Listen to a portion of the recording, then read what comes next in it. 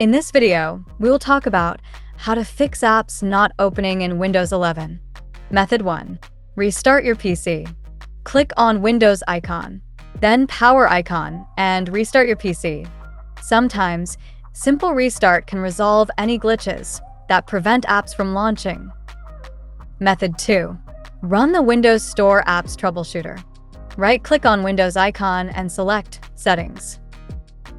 Click in Search, type Windows Store, and select Find and Fix Problems with Microsoft Store Apps. Click Next to run the troubleshoot. And follow the on-screen instructions. Method 3. Update Windows. Click on Windows icon. Open Settings.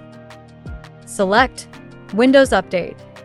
Click on Check for Updates and install any available updates. Method 4. Repair or reset the problem app. Click on Windows icon. Open Settings. On the left, click on Apps, then Installed Apps. Search for the app you are facing the problem. For an example, if I'm facing problem with Media Player, then click the three dots, select Advanced Options.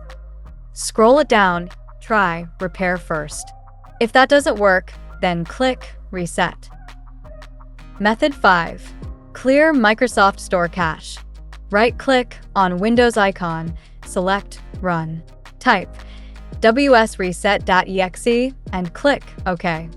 Here, you can see Microsoft Store launched automatically.